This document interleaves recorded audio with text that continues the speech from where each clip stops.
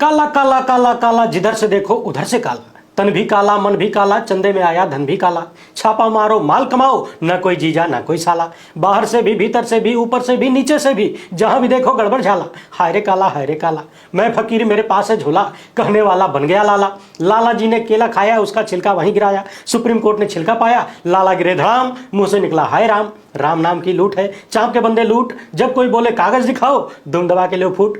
पर इससे पहले कि लाला फूटे, सुप्रीम कोर्ट ने कह दिया झूठे।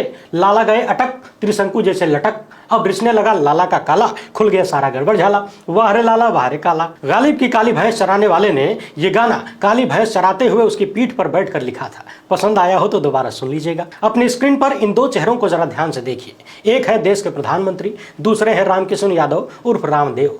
लगभग 10 साल पहले इन दोनों ने इस देश की करोड़ों जनता से यह वादा किया था कि देश का न जाने कितने हजार या लाख करोड़ रुपया विदेशों में काला धन के रूप में जमा है। हम सत्ता में आएंगे तो 100 दिन के भीतर सारा करिएवा धन वापस लाएंगे और पूरे देश को नया भारत बना देंगे। पिछले दिनों एक वीडियो में हमने आपको विस्तार से दिखाया था काला धन के नाम पर मोर्चा खोलने वाले रामदेव के ऊपर किस तरीके से काले काले धब्बे लग रहे हैं। कहीं सेल कंपनियों के माध्यम से काले धन से जमीन खरीदने का आरोप उनके सगे संबंधियों पर लगता है। कहीं सामान बेचने के लिए काला प्रचार यानी झूठा प्रचार करने के मामले में सुप्रीम कोर्ट ही चापता हुआ नजर आता है, कान गर्म करता हुआ नजर आता है। इसी तरह से गुजरात के मुख्यमंत्री नरेंद्र मोदी ने भी देश से काला धन को लेकर बड़ी बड़ी बातें कही। स्विस बैंक से न जाने कितने हजार करोड़ या लाख करोड़ लाकर 15-15 लाख सबके खाते में देने का वादा किया गया था। नरेंद्र मोदी ने तो यहां तक दावा कर दिया था कि देश में जो नौकरी पेशा आदमी है, जो एकदम ईमानदारी से टैक्स भरता है, काला धन जब वापस लाएंगे तो उसी में से उनको इनाम के रूप में पैसा बांटेंगे। बेचारा देश का ईमानदार आदमी समझ भी नहीं पाया किस तरीके से उसके साथ खड़े खड़े बेईमानी हो गई, वो भी चाय की दुकान पर। बात बात में भाजपा के नेता और भक्त लोग कागज मांगने लगते हैं, कहते हैं कि कागजवा तो दिखाना पड़ेगा।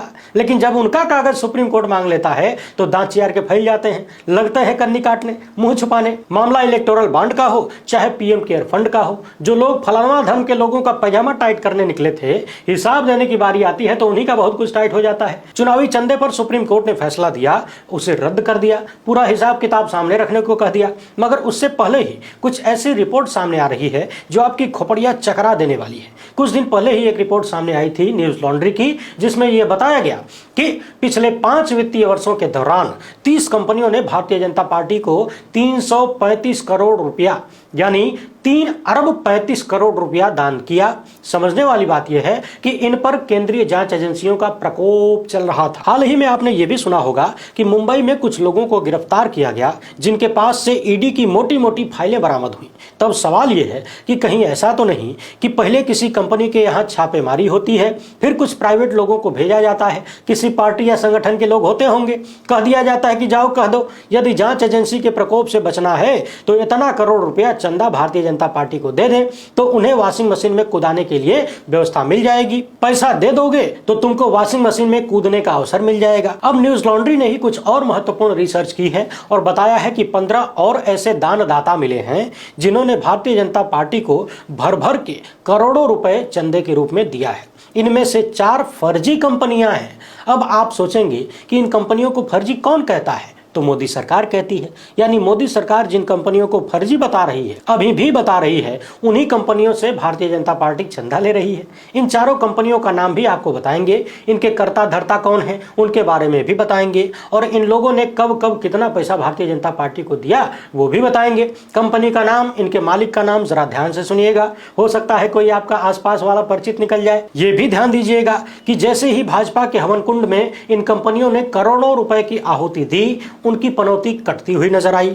एक बात और ध्यान देने वाली है, भारतीय जनता पार्टी ने न सिर्फ 4 फर्जी कंपनियों से चंदा लिया है बल्कि 11 ऐसी कंपनियां भी हैं जिन पर केंद्रीय जांच एजेंसियों का प्रकोप चल रहा था। इन 11 कंपनियों के नाम और इनके दान के बारे में जब आप सुनेंगे तो यकीन मानिए आप भी वही गाना गाने लगेंगे जो शुरू में हम गा रहे थे। लेकिन इससे पहले कि आप गाना गाने में रम जाएं, वीडियो को लाइक कर दीजिए, पसंद आए तो शेयर भी करिएगा, पहली बार देख रहे हैं तो सब्सक्राइब करके घंटा बजा दीजिए टन से। एक और बात, बहुत सारे लोग बार बार पूछते हैं कि ये सब्सक्राइब करने वाला काम और घंटा बजाने वाला काम रोज करना है क्या?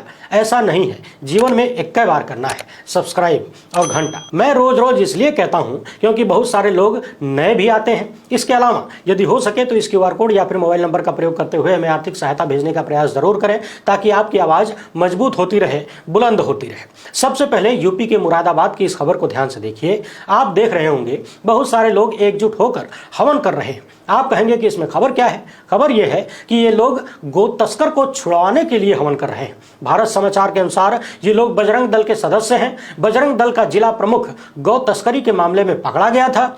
उसी को छुड़ाने के लिए इन लोगों ने मन बना लिया कि जब तक बजरंग दल का गौ तस्कर छूट नहीं जाएगा, हम सब मिलकर हवन करेंगे, हवन करेंगे, हवन करेंगे। खबरदार जो किसी ने सवाल किया कि इसी तरह के संगठनों के लोग तो आए दिन गौरक्षा के नाम पर, गाय बचाने के नाम पर किसी को पीट पीट के निपटा देते हैं और दूसरी तरफ खुद ही गौ तस्करी भी कर रहे हैं और पकड़े जाते हैं तो हवन कर रहे हैं ताकि बजरंग दल के गौ तस्कर को छुड़ाया जा सके। ऐसी ही घटनाओं को कड़ी से कड़ी जोड़ने के बाद लोग सवाल उठाते हैं कि क्या गौरक्षा की नौटंकी सिर्फ इसलिए है ताकि सभी लोग गौ तस्करी न कर सकें, सब उससे माल न कमा सकें? जो सत्ता के करीबी हैं, गाय के नाम पर सिर्फ वही माल कमाते रहें, मालदार होते रहें, इधर से भी उधर से भी। हाल ही में आपने खबर सुना होगा कि उत्तर प्रदेश के हापुड़ में स्थानीय अदालत ने 2018 के मॉब लिंचिंग मामले में सभी आरोपी 10 लोगों को दोषी ठहराया और उन्हें आजीवन कारावास की सजा सुनाई। यानी ये लोग फर्जी आरोप लगाकर कासिम नाम के एक व्यक्ति को पीट पीट कर मार डालते हैं और अब अदालत ने इन पर 58,000 का अलग अलग जुर्माना लगाया है, आजीवन कारावास की सजा सुनाई है। एक तरफ गौ तस्करी के आरोप में पीट पीट कर मार दिया जाता है, दूसरी तरफ गौ तस्करी करने के आरोप में पुलिस द्वारा गिरफ्तार किए गए व्यक्ति को छुड़ाने के लिए हवन करेंगे वाला खेला चल रहा है। और कितना बढ़िया विश्वगुरु चाहिए आपको। अब जैसी काली करतूत आप गाय के मामले में देख रहे हैं, वैसी ही काली करतूत कथित रूप से बीजेपी के चंदे में भी नजर आती है। आप अक्सर सुनते होंगे काला धन का मतलब जो काले धंधे से कमाया गया हो, जिसको उजागर न किया गया हो, छुपा कर रखा गया हो। कहा जाता है कि काला धन को सफेद करने के लिए फर्जी कंपनियों का प्रयोग किया जाता है, जिसे अंग्रेजी में सेल कंपनी कहते हैं। सेल कंपनी का मतलब है वो कंपनी जिसके काम धंधे का कुछ अता पता ना हो, जो कंपनी सिर्फ कागजों में हो, जिसका आगा पीछा सब कुछ काला काला ही हो। अब चौंकाने वाली बात यह है कि केंद्र में पिछले 10 साल से भारतीय जनता पार्टी की सत्ता है। मोदी शाह की गुजराती जोड़ी सारा सिस्टम चला रही है। साल 2017 में भारतीय प्रतिभूति और विनिमय बोर्ड यानी सेबी ने 300 से अधिक संस्थाओं को यानी कंपनियों को सेल कंपनी बताया था, यानी फर्जी कंपनी बताया था। और उनमें से कम 4 कंपनियों ने साल 2013-14 और 2022 के बीच सीधे सीधे भारतीय जनता पार्टी को 4.94 करोड़ रुपया यानी मोटा मोटी 5 करोड़ रुपया चंदा दिया है। इनमें से 2 कंपनियां ऐसी हैं जिन्होंने फर्जी कंपनी घोषित होने से पहले भी भाजपा को चंदा दिया था। और चौंकाने वाली बात यह है कि इन चारों कंपनियों को अभी भी सेबी ने फर्जी कंपनी ही घोषित करके रखा है। इन पर व्यापारिक प्रतिबंध लगाए गए थे, यानी जिन कंपनियों पर मोदी सरकार प्रतिबंध लगा चुकी थी, जिन्हें फर्जी कंपनी घोषित किया जा चुका था, आज भी लिस्ट में नाम है। वो कंपनी व्यापार नहीं कर सकती, लेकिन भारतीय जनता पार्टी को करोड़ों रुपया चंदा दे सकती है और भारतीय जनता पार्टी चंदा ले सकती है। बजाइए ताली, थोड़ा सा रुक जाइए और सुन लीजिए। इन कंपनियों और इनके मालिकों का नाम भी तो जान लीजिए और कितना पैसा दिया है ये भी जान लीजिए, इसके बाद ताली बजा लीजिएगा। न्यूज लॉन्ड्री के लिस्ट में पहला नाम है कतीरा कंस्ट्रक्शन लिमिटेड का। इनका मुख्यालय गुजरात में है। निदेशकों का नाम कीर्ति मणिलाल ठाकर, हरेश करण दास कतीरा और समीरा रमेश भाई कतीरा है। इन लोगों ने साल 2019-20 में भारतीय जनता पार्टी को 51 लाख रुपए और 2022-23 में 1.25 करोड़ रुपया दान किया।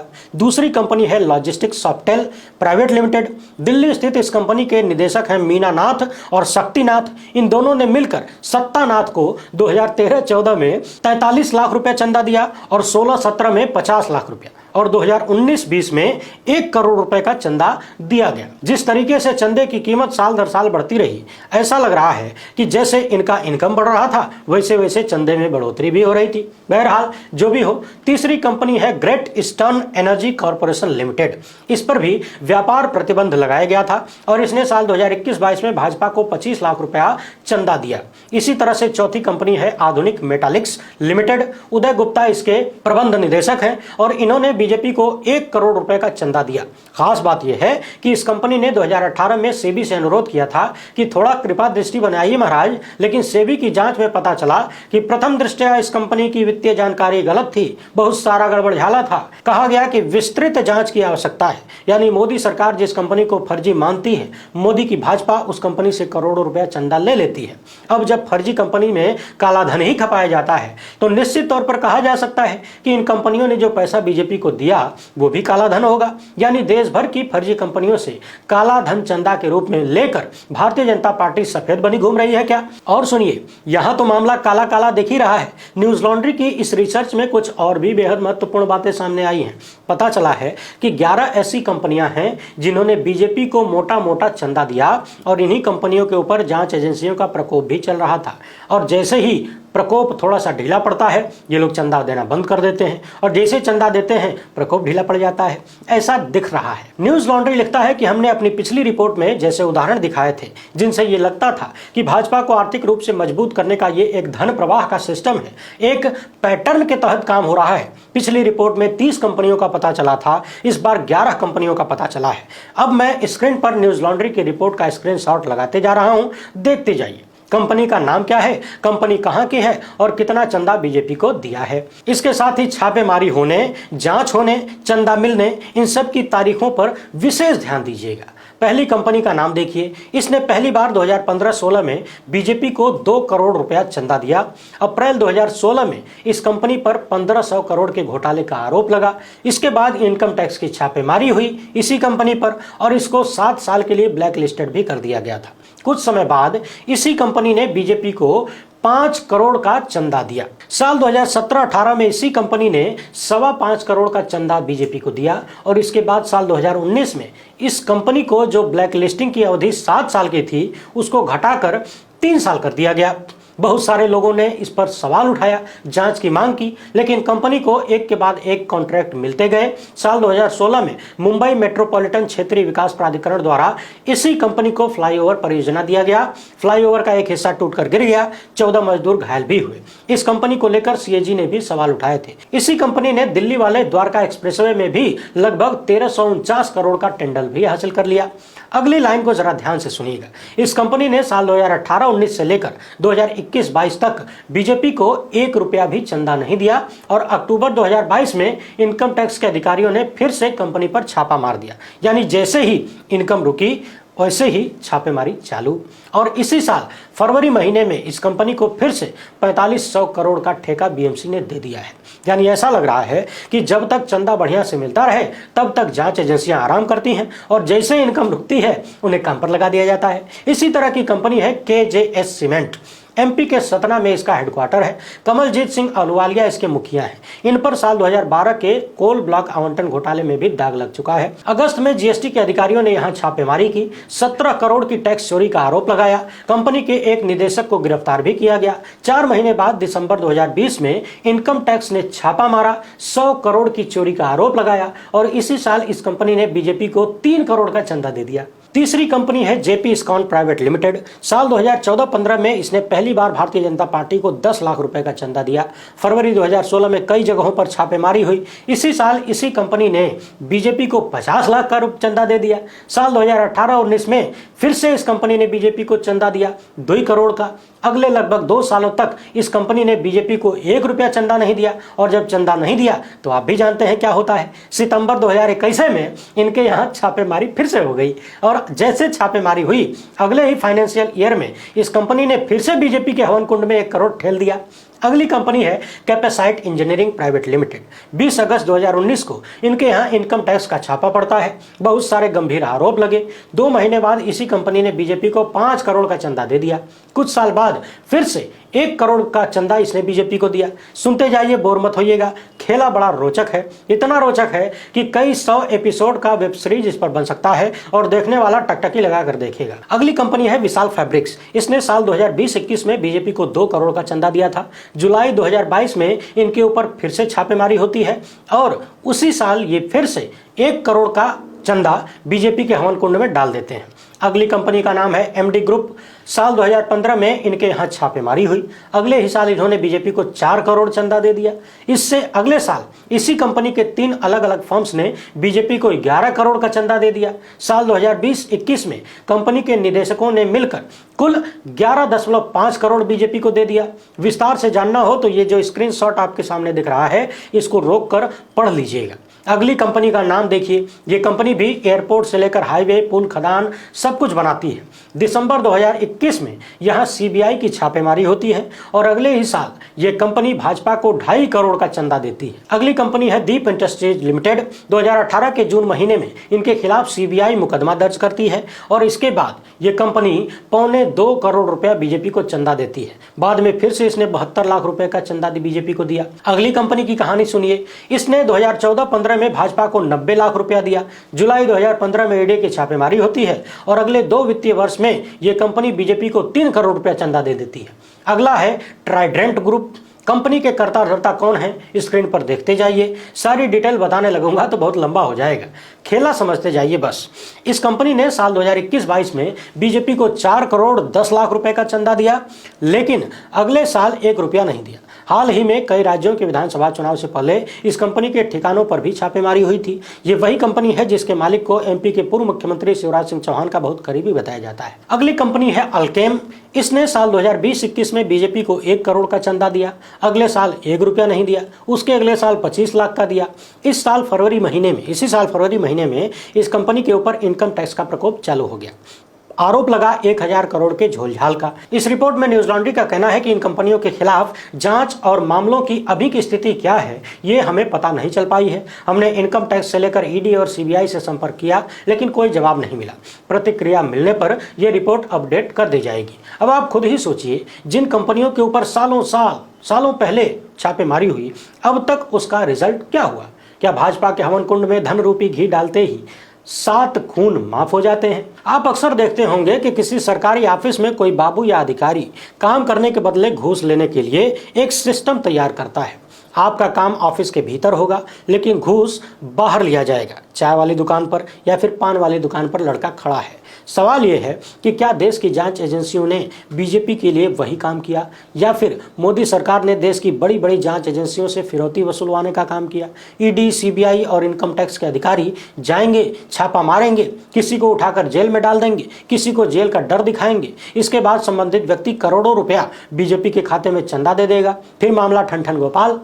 पुलिस का एक सिपाही या सरकारी ऑफिस का बाबू 100, 200, 500 रुपया घूस लेते हुए भी पकड़ लिया जाए तो बेचारा बदनाम हो जाता है। कई दिन तक ऑफिस नहीं जाता, उसके खिलाफ एक्शन भी ले लिया जाता है। लेकिन यहाँ तो इतनी बड़ी बड़ी कहानियां देखने को मिल रही हैं जो आम आदमी कभी सोच भी नहीं सकता। यदि छोटा मोटा घूस लेने के लिए छोटे मोटे कर्मचारियों पर बड़ा बड़ा एक्शन हो सकता है तो कथित रूप से ये जो घूस चंदे के रूप में भारतीय जनता पार्टी को मिला है, इस पर कितना बड़ा एक्शन होना चाहिए, कितनी बड़ी सजा दी जानी चाहिए। फिल्मों में हम अक्सर भाई लोग की कहानी सुनते हैं। भाई फोन करके हड़काते हैं और करोड़ों की फिरौती उठाते हैं। ठीक उसी तरह से ये खुलासे कहीं ना कहीं सवाल उठाते हैं कि क्या इस देश की जांच एजेंसियां भी भाई लोग की तरह काम करने लगी हैं या उनसे भाई लोगों की तरह काम करवाया गया है? यदि बीजेपी ने इन्हें भाई बना ही दिया है तो क्यों ना इनके नाम के आगे भी आधिकारिक रूप से भाई लगा दिया जाए, जैसे ईडी भाई, सीबीआई भाई, इनकम टैक्स भाई। वैसे अभी तो ये कहानी दूसरी है। कल ही इलेक्टोरल बॉन्ड का कच्चा चिट्ठा आने वाला है, आने दीजिए, देखिए उनमें क्या क्या निकल कर आता है।